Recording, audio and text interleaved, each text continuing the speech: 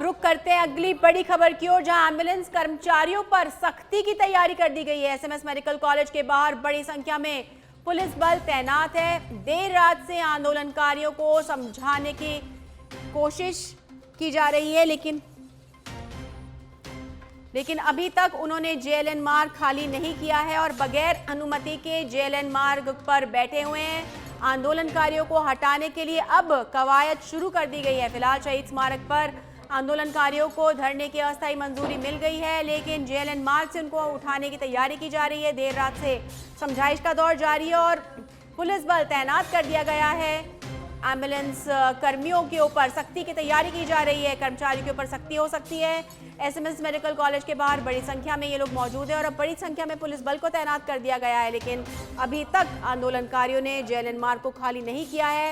Ambulance की कतारें लगी हुई हैं और प्रदेश भर से 108 और 104 एम्बुलेंस कर्मी धरने पर बैठे हुए हैं अपनी मांगों को लेकर के, और कई वार्ताएं जो है विफल हो चुकी है। सरकार इस समस्या को लेकर गंभीर है, बातचीत के दौर चले हैं, लेकिन अभी तक किसी भी बातचीत का कोई निष्कर्ष नहीं निकल पाया है और अब इसी के चलते इन पर सख्ती की जा सकती है। समझाइश का दौर देर रात से जारी है और बिना अनुमति के जेएलएन मार्ग बाधित किया हुआ है, वहीं बैठे हुए हैं, जिसे लेकर के अब इन्हें हटाने की कोशिश की जा सकती है। इनके हटाने की कवायद शुरू हो गई है।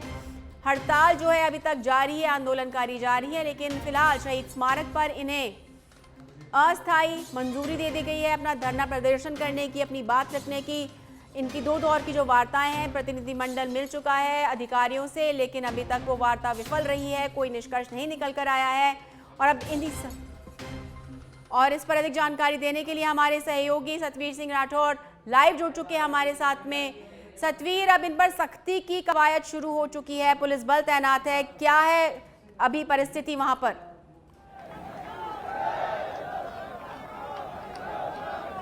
जी देखिए, आज 5वां दिन है। एम्बुलेंस कर्मी अपनी एक मांग को लेकर कि संविदा कैडर में उन्हें शामिल किया जाए, इसको लेकर डटे हुए हैं और अभी भी, क्योंकि वार्ता का दौर लगातार चल रहा है और उसके बाद में अभी भी 2 लोग हैं जो प्रतिनिधिमंडल के, वो एसएमएस की जो चौकी है वहां पर गए हुए हैं। वहां पर भी जो वार्ता है वो चलती हुई नजर आ रही है, लेकिन फिलहाल जो तस्वीरें हैं कुछ बयां अलग कर रही है। मैं अपने कैमरा पर्सन मुकेश मीना से कहूंगा कि एक बार तस्वीरें दिखा दे कि कितनी बड़ी संख्या में जो यहाँ पर जो एम्बुलेंस कर्मी है अभी बैठे हुए हैं। जमकर जो नारेबाजी का जो दौर है वो यहाँ पर किया जा रहा है और खास तौर पे जिस तरीके से जैसे ही जब कल समझाइश का जो दौर है वो चला था और वार्ता चली थी, उसके बाद में अब पुलिस का जो जाब्ता है वो भी यहाँ पर तैनात किया गया है। पुलिस के जो आला अधिकारी हैं वो भी यहाँ पर मौजूद हैं और खास तौर पे दूर दूर तक अगर देखी जाए तो आप उस तरह की मैं तस्वीरें आपको दिखाना चाहूंगा। वहां पर भी पूरी तरीके से जो पुलिस का जो जाब्ता है वो तैनात किया गया है और यहाँ से जो एम्बुलेंस जो खड़ी हुई है उन एम्बुलेंसों को यहाँ से क्रेन के जरिए हटाने का जो प्रयास है वो भी किया जा रहा है। एम्बुलेंस कर्मियों में काफी आक्रोश है, क्योंकि उन्होंने साफ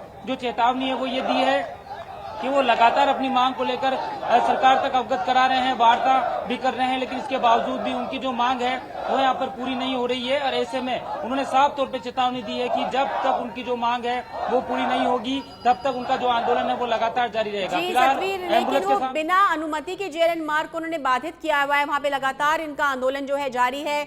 इन्हें अस्थायी अनुमति दे दी गई है शहीद स्मारक पर जाने की, उसके बारे में क्या कुछ अपडेट?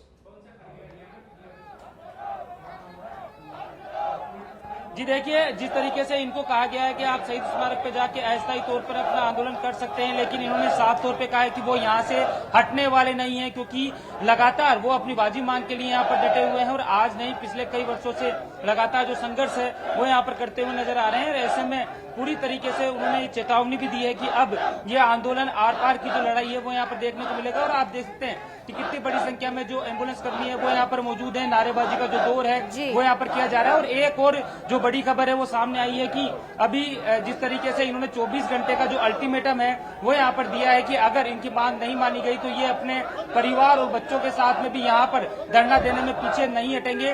और ये कहा जा सकता है कि अब सीधे तौर पर ये सरकार से आर पार की जो लड़ाई है उसको लड़ने के लिए तैयार हो चुके हैं। कुछ लोग हैं, हम उनसे भी बात करने की यहाँ पर कोशिश करते हैं कि क्या कुछ है।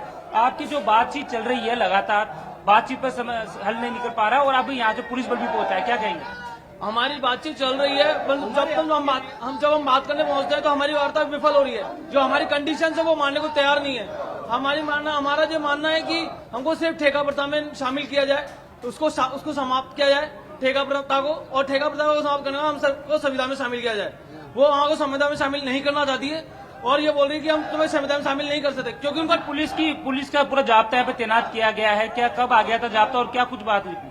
अभी हमारा कुछ बात नहीं हुई है किसी से भी, क्या है क्या नहीं, क्या वो हमारे से करना चाहते हैं। जहाँ तक है वो हमसे ये करना, हमको यहाँ से हटाकर और ठेका प्रथा दोबारा स्टार्ट करना चाहते हैं कि दोबारा रहे, और हम ये चाहते हैं कि हमारा ठेका प्रथा खत्म हो। देखिए बिल्कुल ठेका प्रथा समाप्त होनी चाहिए और उसी को लेकर ये जो लोग हैं यहाँ पर डटे हुए हैं और पूरी तरीके से जो आंदोलन है वो धीरे धीरे बढ़ता हुआ नजर आ रहा है। और खासतौर पे मैं बात करूं कि जो यहाँ के संघर्ष समिति के जो प्रदेश अध्यक्ष हैं वो भी हमारे साथ में है, सुजाराम सारंग जी, उनसे भी हम बात करने की यहाँ पर कोशिश सतवीर आप इस पे नजर बनाए रखिए, दोबारा जुड़ेंगे आपसे, अपडेट लेंगे कि किस तरह से इस आंदोलन को समाप्त किया जाता है, आगे बढ़ता है। फिलहाल तमाम जानकारी के लिए बहुत बहुत धन्यवाद।